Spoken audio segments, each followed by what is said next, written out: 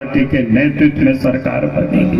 और इसलिए मैं आप सब लोगों से यही निवेदन करने के लिए, यही अपील करने के लिए मैं आया हूँ कि झारखंड में कानून के राज्य को स्थापित करना है तो भारतीय जनता पार्टी को वोट दे करके यहाँ से शत्रुघ्न महतो जी को विजय बनाना, यही मैं आज आप सब लोगों से निवेदन और अपील कर रहा हूँ। आज इस प्रदेश में विकास का सारा काम ठप पड़ा हुआ है। भी उसको एमपी साहब यहाँ उसकी चर्चा कर रहे थे। मैं इतना ही कहूंगा कि इन 5 वर्षों तक हेमंत सोरेन की सरकार ने झारखंड को ठगा है और झारखंड वासियों को ठगा है और झारखंड को 5 वर्षों तक इन लोगों ने लूटा है। और इसलिए मैं आज आप सब लोगों से यही कहूंगा कि झारखंड को इन ठगों से, लुटेरों से, दलालों से, बिचौलियों से इस झारखंड को मुक्त करना है। यही मैं आज आप सब लोगों से निवेदन और अपील करने के लिए आया हूँ। आप याद करिए जब 2019 में कैसे लोगों से उन्होंने क्या क्या वादा किया था। हेमंत सोरेन जी ने कहा था कि माँ बहनों को, गरीबों को हमारी सरकार बनेगी तो 72,000 रुपया देंगे, लेकिन किसी को भी 1 पैसा नहीं दिया।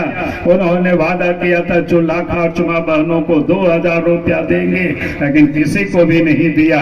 उन्होंने लड़कियों से कहा था कि शादी होगी सोने की सिक्का देंगे, लेकिन किसी को भी वो सोने की सिक्का नहीं दिया।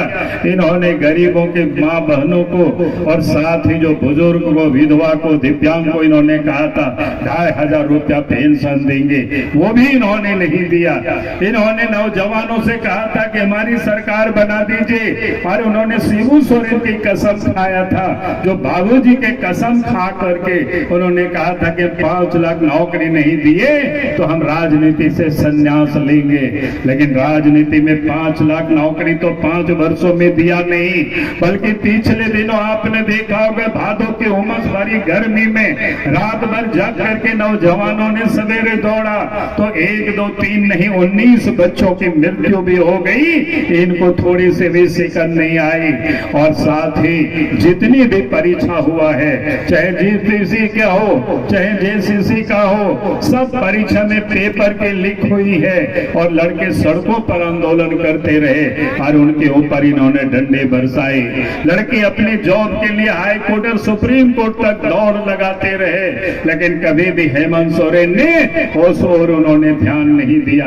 और इसीलिए मैं आप सबसे यही कहने के लिए खड़ा हुआ हूं, इन्होंने 5 वर्षों तक झारखंड वासियों को ठगा है और झारखंड को भी इन्होंने लूटा है। चाहे नदी का बालू हो, चाहे वो पहाड़ का पत्थर हो, यहाँ तक की जमीन भी इन्होंने, सेना की जमीन तक तो इन्होंने लूटा है। और इसीलिए मैं आज आप सब लोगों से यही कहने के लिए आया हूँ, जो चाहे ठग हो या लुटेरो हो, इन लोगों से झारखंड को मुक्त करना है। हम यही कहने के लिए मैं आज आपके बीच में आया हूं। और आज इस प्रदेश के सरकारी जहां की आप जाएंगे, जहां आम लोगों की जुड़ाव होता है, चाहे वो ब्लॉक हो, चाहे वो थाना हो, चाहे वो अंचल हो, कहीं भी बिना पैसे से काम नहीं होता है।